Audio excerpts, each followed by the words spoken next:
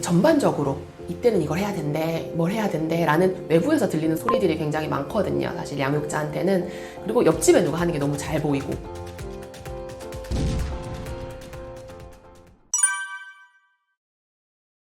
네, 그런 부분도 있죠. 사실 대다수의 아이들이 그래요. 그리고 입시 전문가, 교육 전문가들도 그 학습의 과정이나 교육의 과정을 길게 바라보는 사람들은 초등 저학년 유아기 때 너무 달리지 마세요 이런 얘기를 정말 많이 하거든요. 지치니까.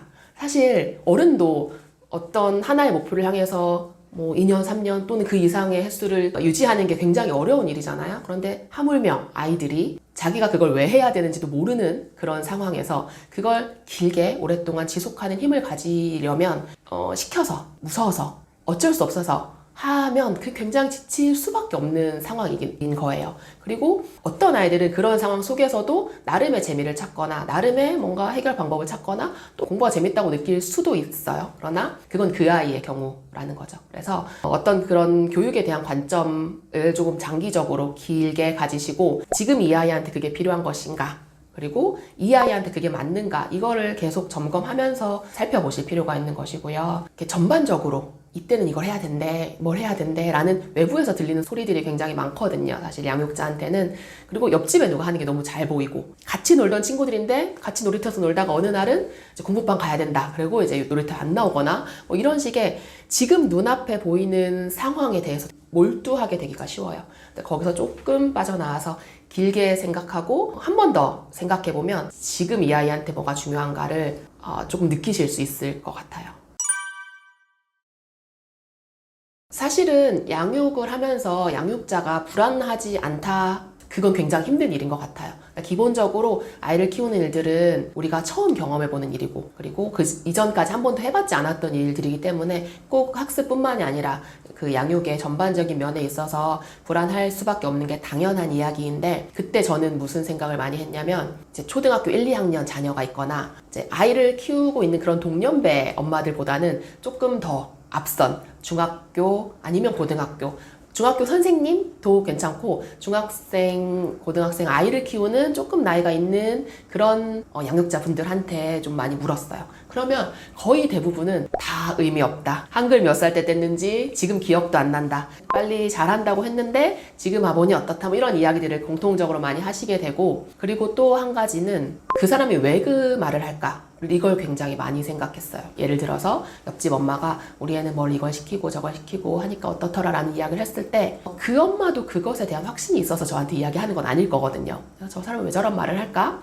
본인이 선택한 것에 대해서 누군가 동조해줘서 그 선택이 맞음을 계속 확인하고 싶은 그 엄마의 불안인 건 아닐까? 뭐 이런 생각도 하고, 그리고 뭐 인스타그램이나 SNS상에서 책을 팔고자 한다든지 어떤 교구를 알리고자 한다든지 뭐 그런 이야기를 하는 사람들의 목적이 다 있을 거거든요. 그거에 대해서 생각을 해보면 한 번 더 걸러서 듣게 돼요.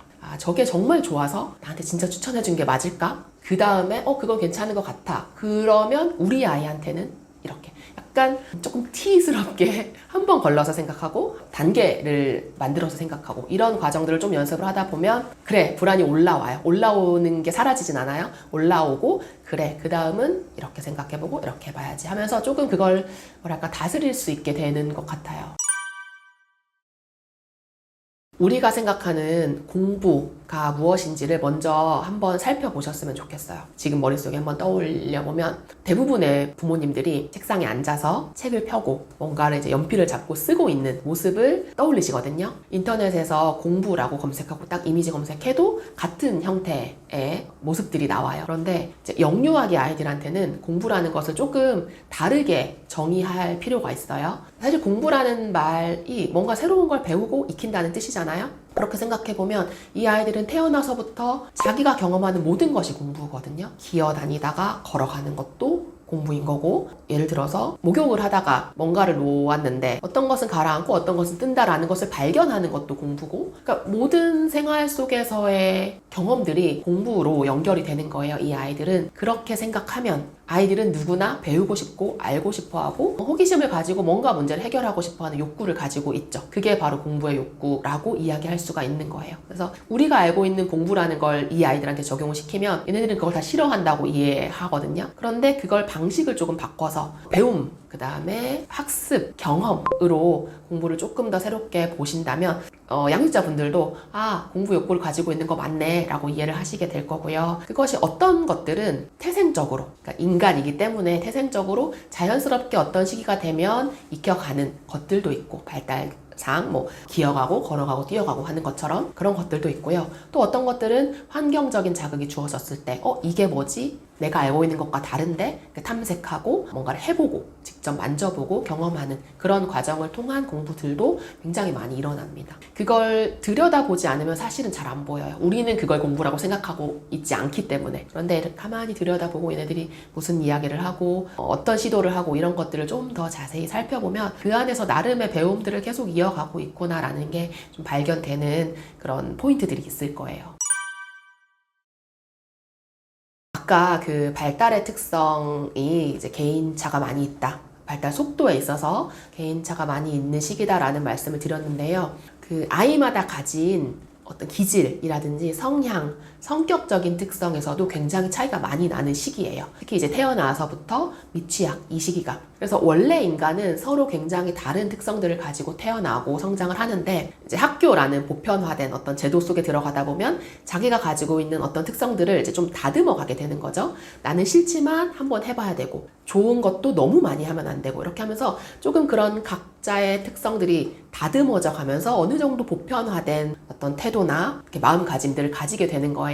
그런데 유아기는 그것보다는 조금 더 아래 단계이기 때문에 그런 개별적인 특성의 차이가 조금 더 존중되고 조금 더 인정되고 그걸 감안한 교육이 제공이 될 필요가 있는 거죠. 학교에 가서 이 아이가 뭔가를 너무 하기 싫어하고 힘들어한다 라고 했을 때는 그래도 참고 해봐야 돼 라는 식의 교육이 조금 더 이루어져야 되지만 유아기 아이가 똑같이 이게 너무 싫고 힘들다 라고 반응을 했을 때는 거기에 맞게 다른 방식의 교육이 제공될 필요가 있는 거거든요. 어떤 아이들은 굉장히 외향적인 기질을 가지고 있고 친구들하고 함께 뭔가를 하는 걸 즐기고 이야기하는 걸 좋아하고 이런 아이들의 유아기의 공부 방식과 또 조용하고 혼자서 생각하는 시간을 많이 가지고 싶어하고 뭔가 자기 안에서 정리되지 않으면 표현하지 않는 그런 특성을 가지고 있는 아이들에게 제시되는 어떤 교육의 방식이 달랐을 때 훨씬 더 그것이 효율적이고 효과적으로 이루어질 수 있는 시기인 거예요. 제일 좋은 건 관찰이에요. 아까 말씀드렸듯이 아이들이 뭔가 자기의 세상에서 놀이를 하고 있을 때 양육자분들이 그걸 이렇게 좀 들여다보고 있는 시간을 가지기가 사실은 굉장히 어렵거든요. 저조차도 아이들이 뭔가 재밌게 놀고 있다 하면 내가 좀 쉴 수 있는 시간이구나. 그리고 내가 뭔가 다른 일, 집안일을 한다든지 다른 걸 할 수 있는 시간이라고 생각하게 되어요. 그런데 그 상황을 조금 더 깊이 들여다보면 이 아이가 이런 상황에서는 이렇게 반응하네? 어떤 이야기를 하네? 라는 것들을 좀 살펴볼 수 있게 되고 그러면서 아이에 대한 인식을 좀 새롭게 할 수 있게 되는 거고요. 사실 양육자분들이 아이의 어떤 모습을 봤을 때 그것에 대해서 굉장히 걱정 어린 눈으로 사실은 보게 돼요. 왜냐면 이제 우리는 양육자고 이 아이를 바르게 건강하게 키워야 되는 사람이다라는 생각 때문에 그걸 온전히 있는 그대로 바라봐주기가 굉장히 어렵거든요. 예를 들어 친구 사이에서 놀이를 하는데 계속 양보를 한다 라고 했을 때 저런 걸로 인해서 뭔가 문제가 생기진 않을까? 저렇게 해도 되나? 라는 걱정의 시선으로 계속 보게 되는데 그걸 그냥 그 아이의 어떤 객관적인 특성이구나 라고 생각하고 조금 있는 그대로 바라봐주는 것도 연습이 필요해요. 잘 안 되더라고요. 그냥 보면. 그래서 아이에 대해서 좀 더 잘 알고 싶다라고 한다면 놀이하는 상황, 또 친구들과 하고 있는 상황을 있는 그대로 읽어보는 연습을 해보시는 걸 좀 추천을 드립니다.